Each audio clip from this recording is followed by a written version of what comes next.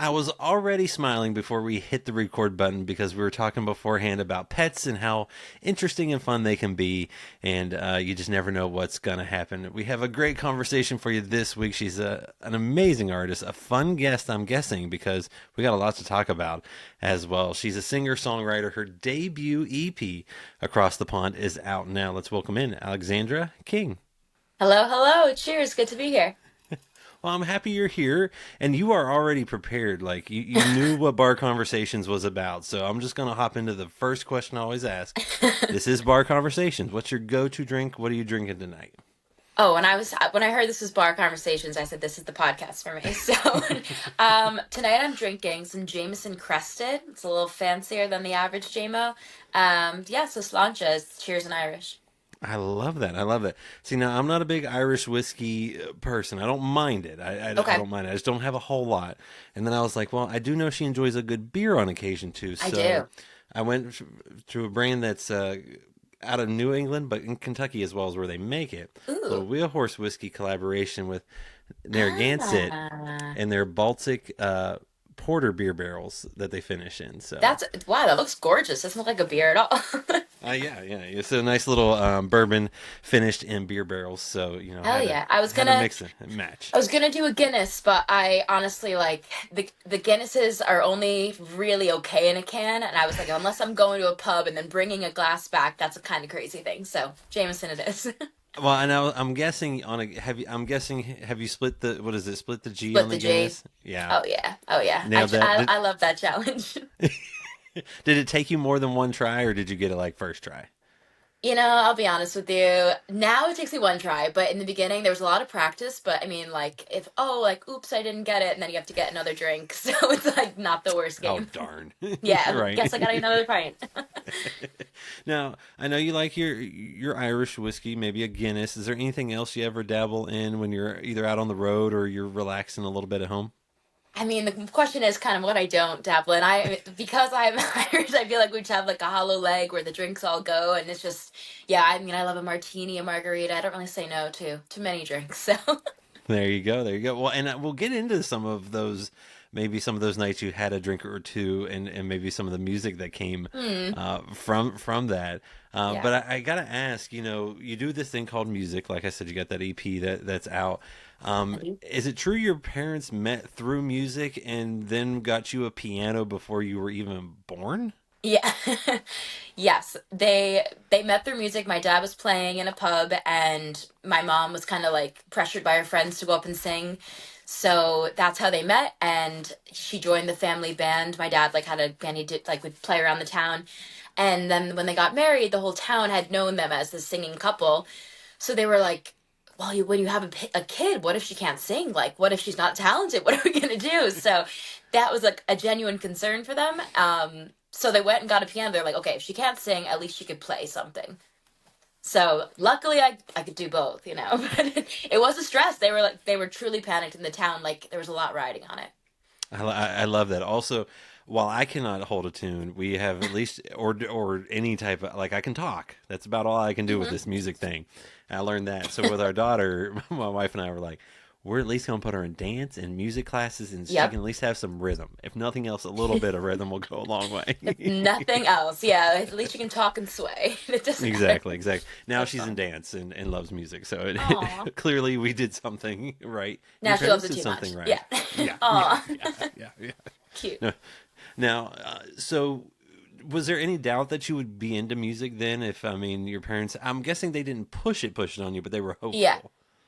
Yeah, they definitely didn't push it, but like it just was like what we did every day. Like my mom would put me to sleep and like would sing a note and ask me to like harmonize and like figure out that, and then like we'd be on the back porch and the guitar would come out, and like all my dad's friends kind of were used to that culture, and like a lot of people in my family sing, so I think it just was like how our parties would go, how our birthday part, like any kind of event, there was music there. So we all were just like a lot of my cousins on my dad's side don't sing except for the family in Ireland. So I guess, but they still love music. All of them love music because we were just surrounded by it constantly, and used to our dads being rock and roll stars in the local town. So And I was gonna say, I mean, there's nothing cooler than just all of a sudden a jam session breaks out at Yeah. a get together. I mean, and that goes back to that kind of folk, Americana, bluegrass, all of Hmm. that wrapped up. It didn't matter whether you were in New York or Ireland. I'm guessing.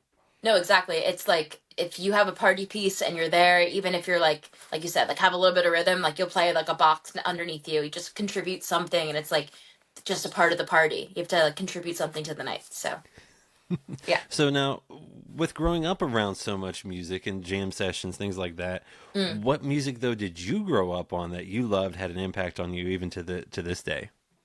So mom's side, I think like my mom would listen to country music, 90s country a lot in the car, like, Shania, Sheryl Crow, Faith Hill. So I loved listening to the women sing their stories, and their version of country was just, I loved that stuff in the back seat. And then on my dad's side, it was more like Billy Joel, Bruce Springsteen, Mark Cohen mixed with then like the Pogues, which is a really big group in Ireland, the Dubliners, Christy Moore.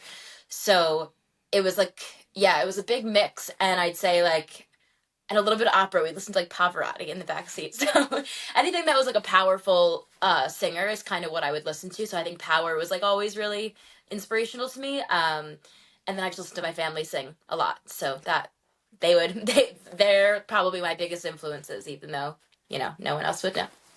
I love that. Now, as you got older though and could listen to your own music, Yeah. what did you start to go toward? I'm guessing maybe some of the newer voices of women of country, or where did you go to? Yeah, look, I was a Swiftie from day one. And then Maren Morris, I absolutely love her voice and her power. But I also love Mumford and Sons, like that kind of foot stomping stuff. Like they were the first ones really to do that kind of genre, and then Noah Khan and all that now. And those bands over in Ireland, Kingfisher and Amble, they're really picking up this past year. And so I'd say that's kind of where I've evolved to, but I still love some dad rock, don't get me wrong.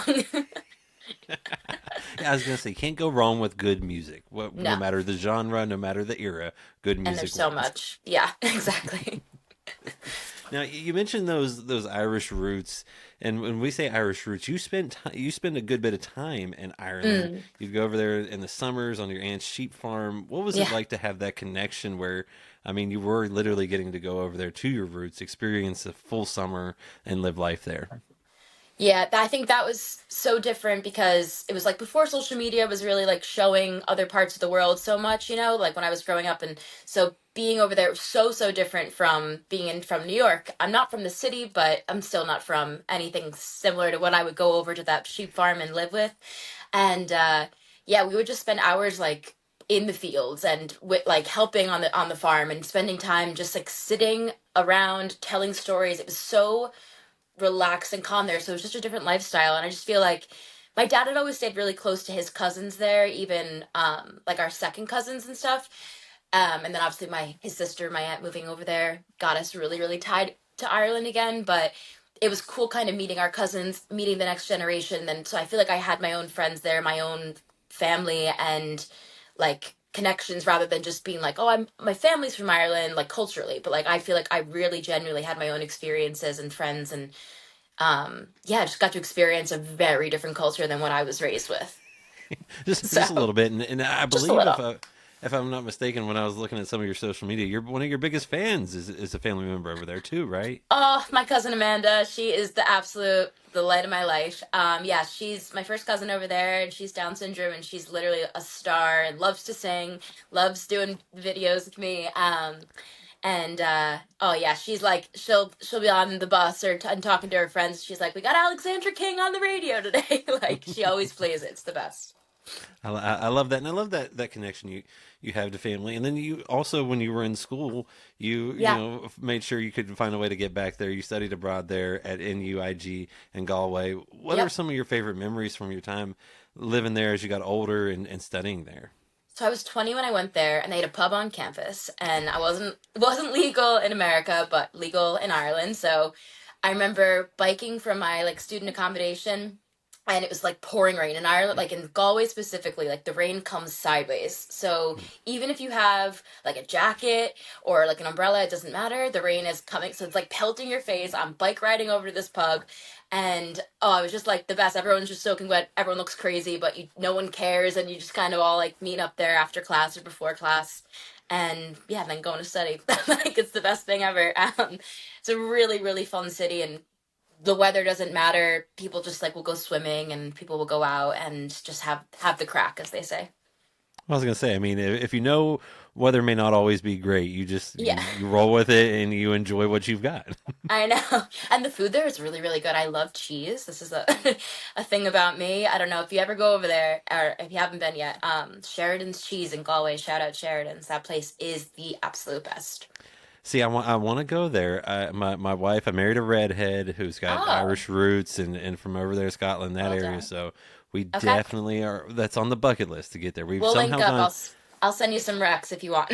I would love that because we've somehow managed to go to, the warmer climates, and then we went Well, down to yeah. South America as well. But I mean, Oh, beautiful. Europe is definitely on the bucket list, and you know. Is it true too? Because I know you were doing the studying over there and having a Mm. good time as well. But were you on your way before music kind of took over to being a lawyer? Were you studying law? Being Yeah. what were you doing there? So I am a lawyer. I finished up. So after undergrad, I went to law school. I got a full scholarship. So I was planning on not doing law school, but then that happened, and I was like, all right, I gotta just do this. So I finished out law school, and I yeah graduated 2021, and I got barred in New York. And then I was like, that's done. And I had a crazy 2020, and I think we'll probably talk about that. But I was ready to put that, I had the safety net plan, the parents were happy, and I said, all right, I'm off to Nashville now to do the wild card. So, I love that. Well, and two, it's not like that law degree couldn't be put to good no, use yeah. because if anyone knows the music industry, being able to read things really well probably Yeah. has come in handy once or twice. 1000%. I might have some people ask me questions. Yeah, I mean, looking at contracts is awesome, and it doesn't go away. So I did some prenuptial agreements on the side for some money at some point when I first got out of school. So, yeah, it comes in handy. See, you got a nice little side hustle if you ever need it. Prenups by Alexandra. Yeah. Now, what you were talking about, 2020, yes, people remember COVID and all that, but that was not your Yes. craziness. That was just part of your Yeah. craziness Yeah. because you suffered a altering spinal cord injury after a Yep. diving accident. Can you take us back to that time? What was going on? Kind of what, initial Sure. thoughts were with everything? Yeah, so it was summer of 2020, like you said, middle of COVID, and I dove into a shallow body of water. Didn't realize how shallow, and I broke my neck on impact. And I remember the whole thing. I was helicoptered and had emergency surgery. Basically, like I was immediately paralyzed on my right side, and the doctors the prognosis was that I was just not going to walk again, and I may be a quadriplegic after the surgery because the way the injury was so bad, they were surprised I wasn't already that before surgery. But anyway, after I have 2 rods and 10 screws in the neck, and I was able to wiggle my right hand a little bit after I got out. But yeah, but the prognosis was still like you're never going to walk again. They were fitting me for a leg brace in the ICU, and I I was in pure denial, I think, of that prognosis, and I just was like, "This can't be. This is not happening." Like it was terrifying. I understood the severity of it, but I wasn't ready to accept that as my fate. So I think that was a really like intense driving force for me throughout the recovery because obviously I overcame it. Well, and I was going to say, I mean, you were still kind of playing up until till then. While you were doing the law Yeah. stuff, you were still playing, right? Like you were Yes. still Always. have bars, pubs, wherever you could. So like music was still a thing. Always. Yeah. No matter what I did with school, I was always playing gigs and writing and stuff like that as well. So So when that happens, I mean, obviously you're like you said, you're thinking, I still want to do this. I still want to move. yeah. And lo and behold, you were able during your recovery, music was a big part of that. With I believe Yeah. a guitar that your dad brought in, a keyboard by Yeah. your The occupational OT. therapist. I Yeah. mean, what was all that like to have music get you through something so wild and so crazy and scary? Yeah, music is so like music heals is a big thing. I'm a part of this group called Musicians on Call, and where we go like to hospitals and sing. And I always have done that even before the accident. But like that's the slogan is music heals, and I really have always felt that even like with people who have Alzheimer's, like it just hits a different part of the brain. They might not know who you are, but they might be able to sing, Twinkle Twinkle Little Star because it's in their brain. So I felt that when I was listening to songs that I always played on the piano, and even though my hands couldn't really like move at that time, like I had sudden movements and sudden abilities to play these notes and hit certain things because it was like that muscle memory with the music. So that was crazy. It was I had to like hold a pick again and try to be able to have the strength to do that playing the guitar, but having those things get me through it, like it was just so it was such a driving force to finally get out of the hospital when I could and get down to doing music full time because that was always what I wanted to do. If you heard a snort, that was Pillsbury. um, but yeah, I really, I'm so grateful that music had that ability to heal me in that scenario as well as like multiple other scenarios. So it was really uplifting, honestly. Well, because like you talk about being able to like hold the pick and do stuff, like you were having, if I remember Yeah. reading up on it, like you couldn't hold a fork, but somehow Yes. with the music you could kind of muster up enough strength to kind of do that. And if I'm not mistaken, too, you said that listening to Adele, like you said, Yeah. certain songs would trigger your finger movements, and you weren't didn't even know you were doing it, but you were able to move your hands and do You're different things like that. Yeah, 1000. No, like I'll never forget like listening to Adele and I was just like in my bed and I was looked and my mom's like, "Look at your hand. Look at your hand." And I looked at it and it was like starting to play the notes and like before it just wouldn't move and I was yeah, it's like it was like my body was like saying, "Hello, like use music to do something and fix yourself." So, I mean, yeah, I wrote songs in the hospital and, it was maybe one day I'll share those with the world. I think I'd love to do that. It's just going to take a certain ability to get to that vulnerability there. But it was a crazy time. It was a crazy time in those four walls with like limited visitation because of COVID. So much fun of 2020. But I'm really glad that this is the outcome because a lot of people that have this injury, it's not so lucky. So yeah, I'm really grateful. Well, and like you said, you have been able to heal, not 100% Yeah, of the way, but you've regained what 90% of the movement on your right side, yeah, yeah. and you also have a superpower as well, is what I heard. I call it my superpower. I do. It's like this really rare thing, and so basically on my left side, like chest down, I can't feel hot or cold or pain. It's the crazy thing. Like so in a cold plunge challenge, like I will win because I cannot feel cold on the left side of my body. I can stay. It's a little, like I have to be careful which side of the I go into the water first in or whatever. But yeah, like pain, like I might scrape myself. My friends are like, "Oh, you're bleeding." I'm like, "Didn't feel it." Superpower, like. So that's my one party trick that I got from it. I'd say. I like it. I like it. Thanks. Putting that to good use. And if folks, if you heard the snort earlier, we'll get to Pillsbury here in a little while. But first, you talked about Nashville. That you had to do Nashville. You had to Yeah, get there, and I know that was your goal, but obviously life it took a different path there for a few different lives. things. Yeah. What was it like to finally make it there, though? Because I believe of what 2022 you were able to finally actually move down there.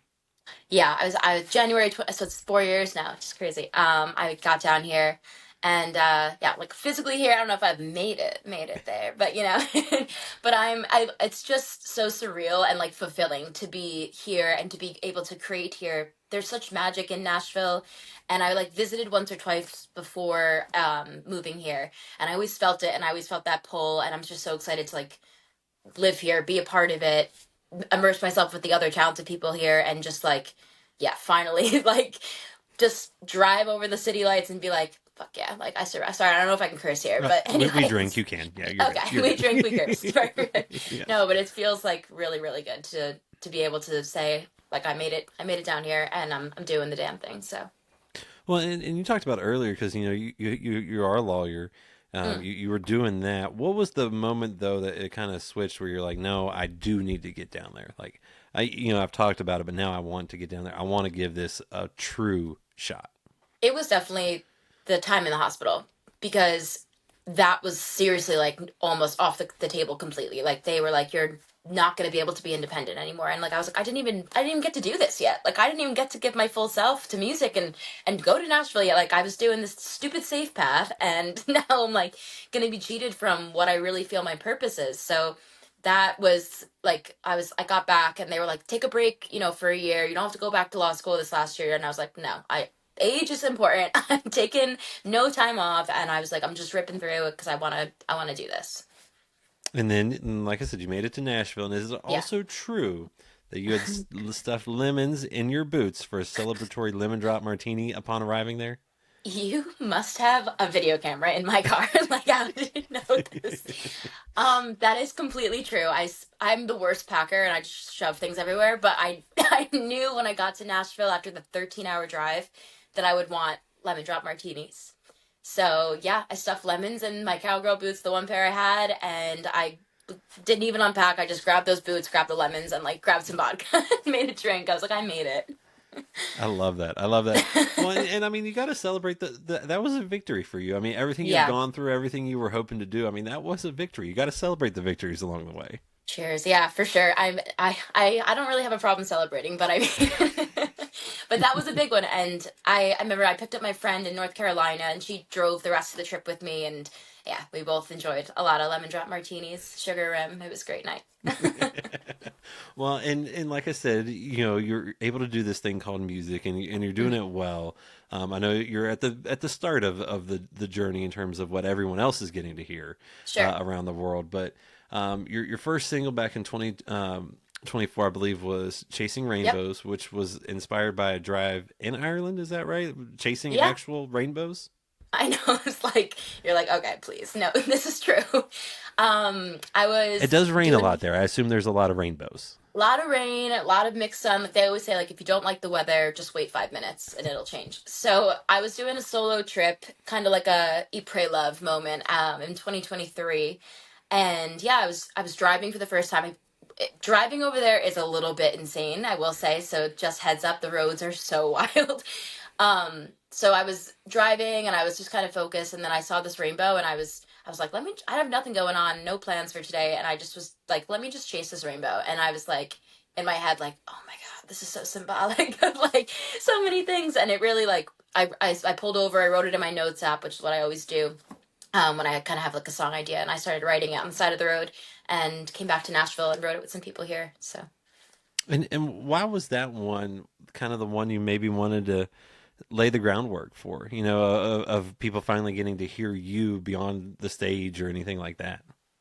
yeah, I think Chasing Rainbows is just like so symbolic of my journey to get to Nashville and like getting here. Like, right, you're chasing the impossible. You're chasing the end of this rainbow, and like there's a pot of gold potentially, or whatever is at the end of this. And it's like, I feel like I was chasing the impossible of recovery in this journey where it was like, you're not supposed to recover. So I feel like after kind of going through all of these impossibilities, and I'm moved down to Nashville to chase a dream that a lot of people could call impossible. So I feel like that just explained my whole scenario and whole essence at the time, and I feel like it was a good debut to kind of be like, hey, here I am and I'm chasing rainbows.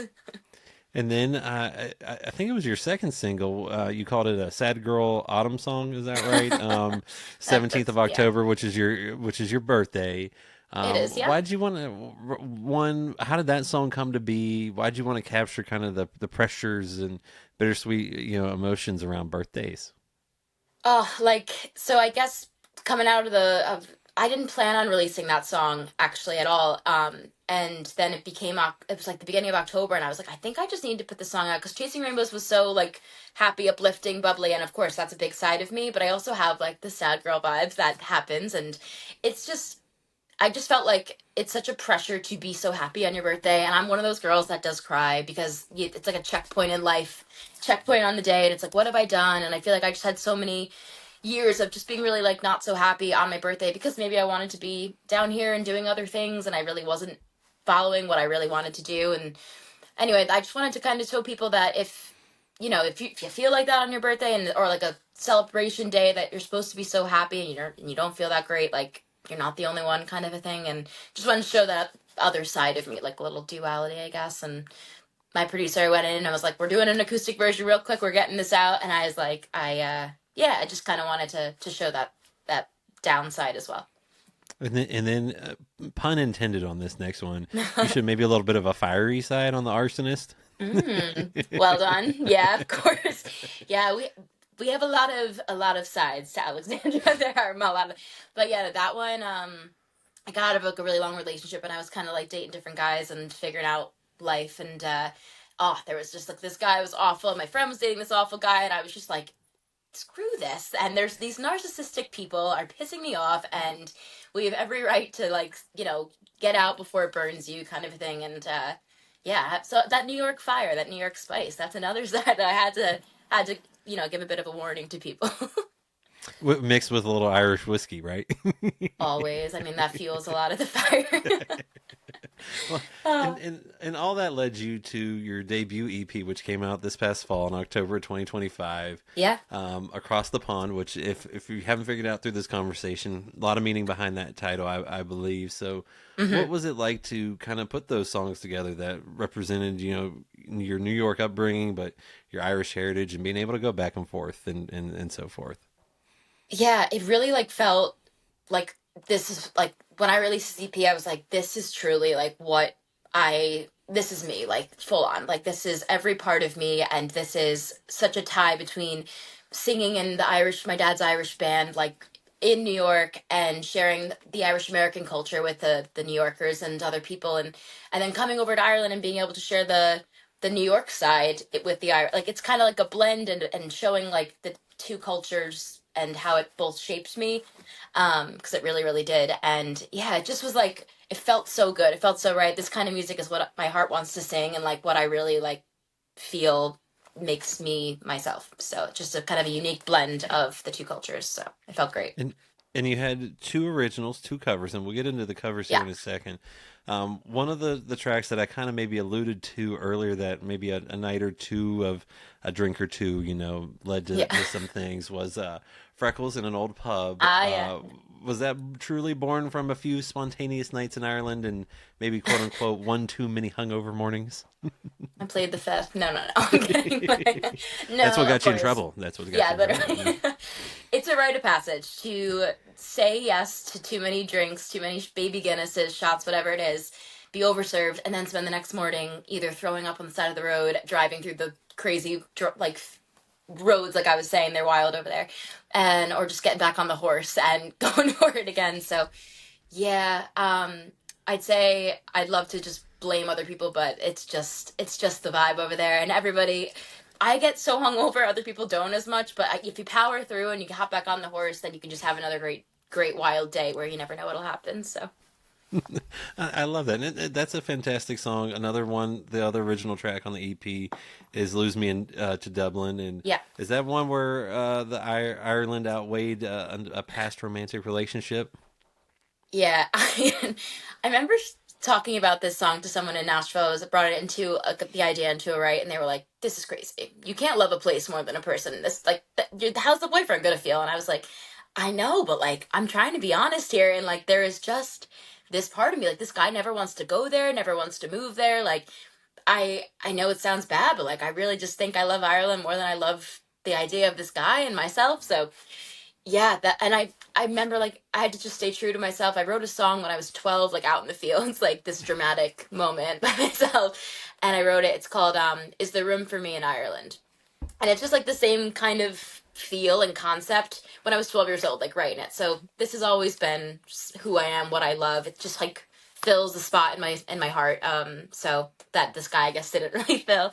But yeah, maybe there will come a day that someone will. But I'd say they have to love. I think they have to love Ireland. Well, I was gonna say, I mean, if that's someplace you love and they don't want to go there, Yeah, then that's just not, that match is not meant to be. it's just not gonna work. So I had to write this song, and yeah, it did. It's all a true story. This song was very like, this happened. Flowers came to my door. I cried. I'm like, damn, this is not the guy. This is not the guy. Why am I not happy? I love Ireland. So Hey, yeah, there is a draw to some places that you just I know. can never really explain, and Yeah, I'm guessing thanks for maybe getting that's it. what also happened with these two songs that you covered on the EP as Mm, well, "Galway Girl" and "Willie McBride." Why did you yeah. want to include those two songs specifically on this EP? So this EP, like, I just wanted to like, I wanted to do two originals and two covers because it's like I just wanted to showcase what my experiences were in Ireland, and then also like Irish songs that really like are prominent in like how I feel about the country and the culture. And Galway Girl, from going to NUIG and going to university there, it's like the anthem of Galway. And I just had the best time of my life there, and I met so many great people, and really came into my own as a person there. So Galway Girl, kind of how I feel about myself. It's just a fun anthem, so I wanted to get that in there. And then Willie McBride is just such a beautiful example of Irish storytelling, and it's about it's such a sad song, and the Irish are so good at telling sad songs. They have a lot of sad history, but it's about a guy in World War II, and who died in France. And just I absolutely love that song. But honestly, my dad always would sing that. That was his big party piece. So I always think of my dad, and I hear him singing it as I sing it. And I just think it's like nice to have a piece of him in this project. Well, and I love to, like you said, you're showing the different layers of you throughout Yeah. these songs, and you talk about with losing me to Dublin, that being a true story. I mean, what's your approach to songwriting? Because I mean, I Mm. know a lot of artists that I've talked to. Sometimes they're like, it's a therapy session, whether it's all completely true or not, or at least there's the what started out as something that happened to you or a friend or whoever. So what's your approach? Where does that inspiration usually come from? Yeah, I'd say a lot of it is like just true experience from myself. I sometimes pull from maybe other people's, but like I don't know. I think I love writing what's true to me and being authentic. And when I'm singing those words and connecting with people, like I can just let them know that I've lived it and that we're here and doing it. And yeah, I'll be. It just kind of will happen fast. Like if I'm like doing something or I'm driving or passing and I hear some phrase, I'll write it down in my notes app. My notes app's crazy, and then I'll either write it on the side of the road or I'll take it home and I'll parse through it. And yeah, I just kind of just it is that therapy moment. But it's also just like what punches, if that makes sense. Well, and I'm always curious about this too because there's a lot of people that are like, well, I'm fine being vulnerable and talking to maybe someone, but it's a whole different thing when you're vulnerable and you put out the song. I mean, what's Yeah. it like kind of letting people in, a whole group of people you don't know, in to things that have either happened to you or have made you feel a certain way? Yeah, I mean, that's a loaded question. I'm an open book in a lot of ways, but releasing some of these songs, like for example, like I'd Be Lying is a song I released, and that one was really, really hard to release. Because it was so vulnerable and so honest, and just I was scared about what people in my life that know the situation, like them hearing it. It's the rest of the world and anyone who listens. I hope they listen. I hope they relate. I hope they're like, this girl's telling the truth and we feel it. But it's more like, like singing in front of your family and friends that know the story, and you're like, oh, like don't look me in the eye. But you have to get past that because there's like a greater purpose for it. And at the end of the day, like I don't know, like why not be honest at this point? Like I feel like the accidents, there's just like you only live once. There's just live your life, be honest, as long as you're not being honest in a bad way and like a bad person. Like, if you're a little embarrassed for yourself, it's okay. You get over it. I don't know. Well, and like you said, there are people out there that these songs could really help them. They connect to them in Yeah. different ways. And I mean, what was that moment like for you when someone was like, this song took me back to this place and made me Mm. either leave someone or just made me feel good or, all those different things.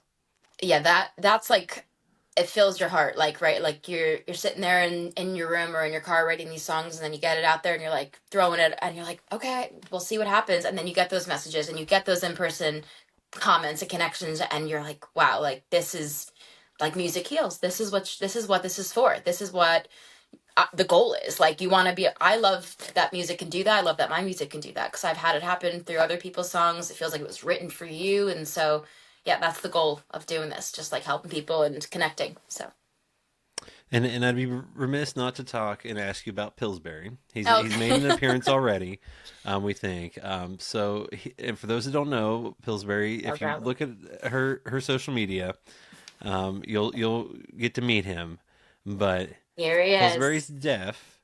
So how did he come into your life, and what is it like having him as your Swedish shadow, as you say?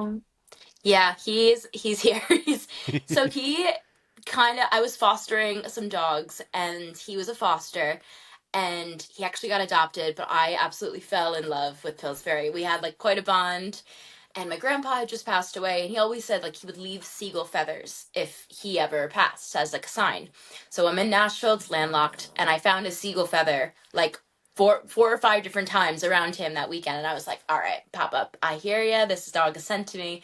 Yeah, so I adopted him. He's like, I'm an only child, so like this is just like my little guy. He's such a good partner, and I mean, it sucks that he can't hear my beautiful voice, but he hears with his heart, as I always say, and oh, he's just good company. He comes to the studio and he's the best because he falls asleep. He can't hear anything.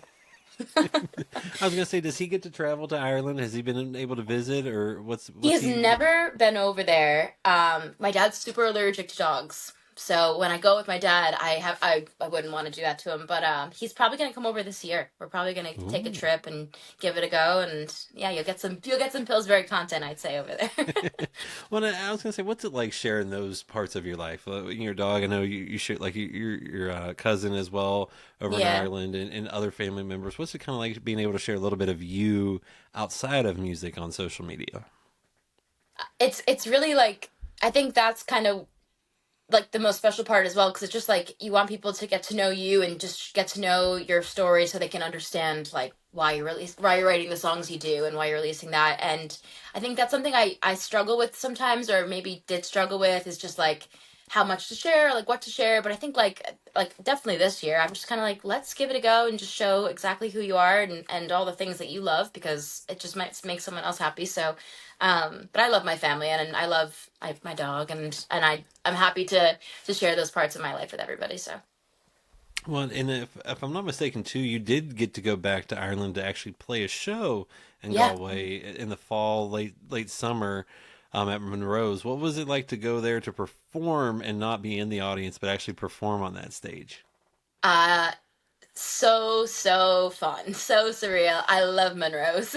Shout out Monroe's. They're fantastic, and yeah, I would always go watch shows there.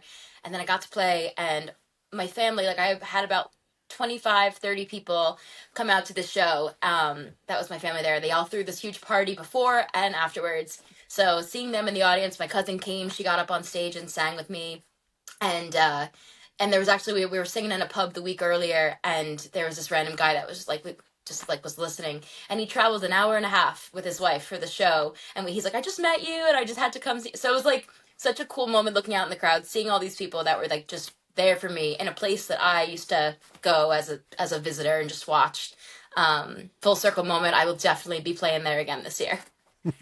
I was gonna say, what's it like to be able to go back and go across the pond and perform? I mean, like, I'm Yeah. guessing that's a bucket list, a checklist thing each and every time you can do it.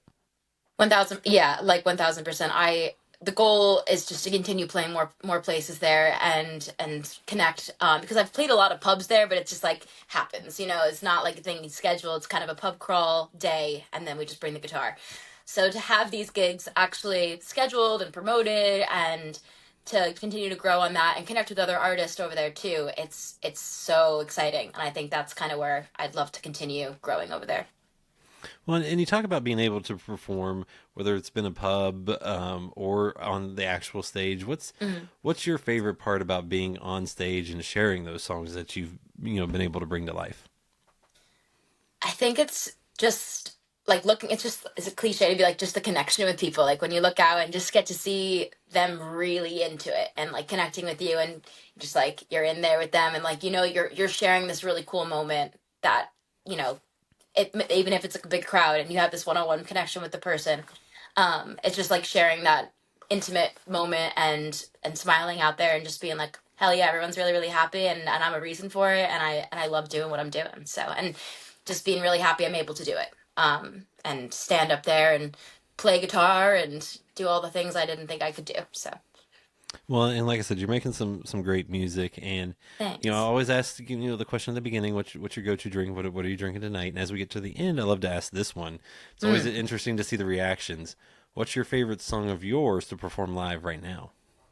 Ooh, so it's an unreleased song right Aha! now that, yeah, it's called Bottoms Up. It's a big drinking song, and I it's love it. quite fun. It will be coming out this year. There's definitely stuff coming, but yeah, that's the most fun because it's like the crowd. It's real, a lot of crowd involvement for the song. I love that. See, and I've had a few people do that. They're like, it's not one I've put out yet, but we love to play that I that one, know. and I love that. Now, because of just your connection, and like I said, you had a couple covers on on the EP. Is there another song that's not yours that you love to perform as well? Yeah, for sure. I mean, I love doing Zombie by the Cranberries. It's kind of like a little rock and roll moment. And again, a great crowd participation song. That one or Little Lion Man by Mumford and Sons. And Yeah, see, especially when I have someone to harmonize. Such a fun song. I love that. I love that. You just never know what the answers are going to be on these, Yeah. and but that's also the beauty of live shows. It's one thing to make the songs, it's another to bring them to life, share them Hmm. with folks, because you can do a lot of different things, and you can also work on those songs ahead of time, get them in a Yeah. certain spot, and I love that because it sounds like you've got new music coming in Mm. 2026. So what can folks expect from you that won't get you in trouble that you can tell us Okay, this I year? love great. So peace politically correct. We love it. I will be releasing new music this year. I can't specifically say. I will say I will be releasing an album this year, an Ooh. expansion on the EP. And so I can't say how many songs. Maybe there's some collaborations. Maybe there's some fun features. Maybe. But lots of exciting things for 2026 and more shows for sure. So I'll be posting those on my website. So I like it. I like it. See, I like to lead with that you can tell me without getting in trouble because then I've at least done my part and it's on you yeah. at that point. At And that. if I mess it up, but yeah, it's okay. But like I said, I'm an open book. Yeah, like I'm like, sure, let me tell you everything. Well, and having a little bit of this, you never know what Ah, might happen. I know. In vino veritas, right? They say it like in wine there's truth. That's what my dad always says. So, well, it sounds Yeah. like 2026 is setting up to be a pretty fun year from you. And folks, if you haven't, follow her on social media. Yeah. You won't regret that. You'll also probably get to know maybe what's coming. Like you said, some shows, some songs. Yeah. You'll get an early look. And Alexandra, thank you so much for sharing a drink with me, Thank sharing your you. story with me. This has been an absolute blast. Oh, you're fantastic. Cheers. Thank you so much, Slancha. And yeah, thanks for having me.